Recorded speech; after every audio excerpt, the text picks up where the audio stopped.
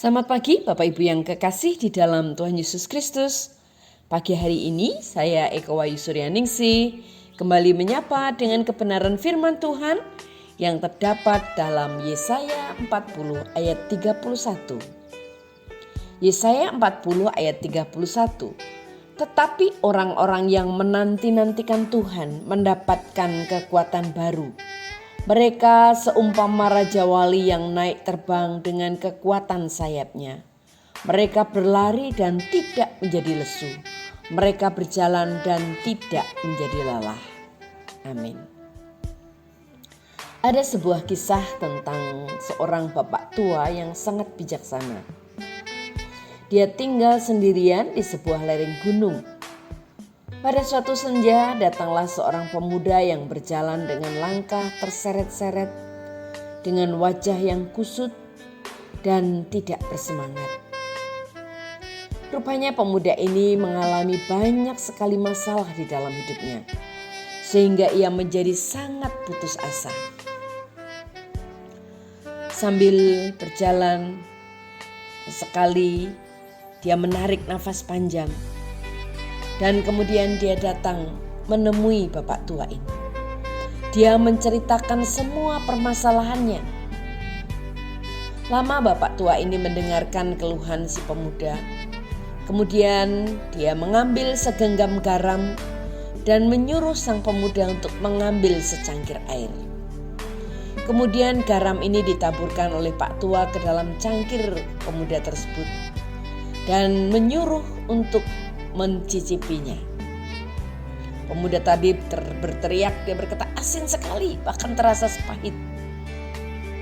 Garamnya kebanyakan, komentar sang pemuda setelah mencicipi air itu.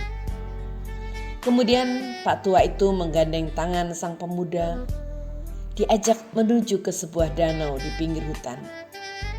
Setelah berjalan tanpa berkata-kata, sampailah mereka di tepi danau yang dimaksud. Pak tua lalu menaburkan segenggam garam ke dalam danau. Ia mengambil sepotong ranting kering yang jatuh dan mengaduk-aduk air danau tersebut.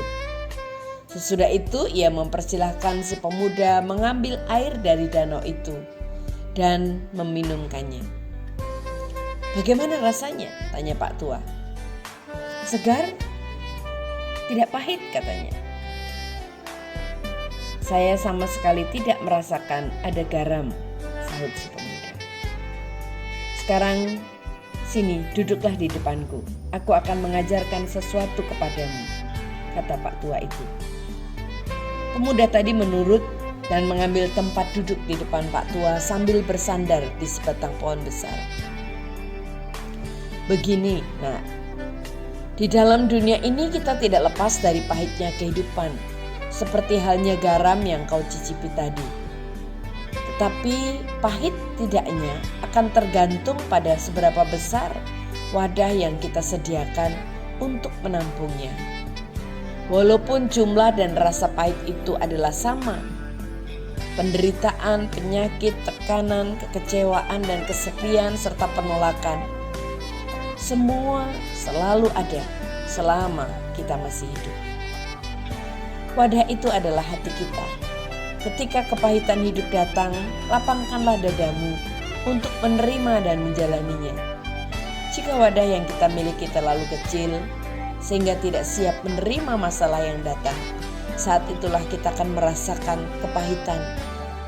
Dan beban itu akan membuat kita sangat menderita, kata pak tua. Kemudian mereka berdua berjalan pulang karena hari itu mereka telah belajar sesuatu yang sangat berarti. Pak tua yang bijaksana itu selalu menyediakan garam karena ia yakin setelah pemuda itu pulang masih banyak lagi orang yang akan datang kepadanya membawa keluh kesah mereka. Bapak, Ibu dan saudaraku yang kekasih di dalam Tuhan, hal yang dapat membuat kita berlapang dada serta menyediakan hati selebar samudera untuk menampung setiap kepahitan adalah janji penyertaan Tuhan dan kepemilikannya atas kehidupan kita. Oleh karenanya, mari tetap bersandar kepada Tuhan. Amin. Tuhan Yesus, jadikanlah hatiku hati yang penuh dengan kesabaran dan berkuasa atas setiap hati kami.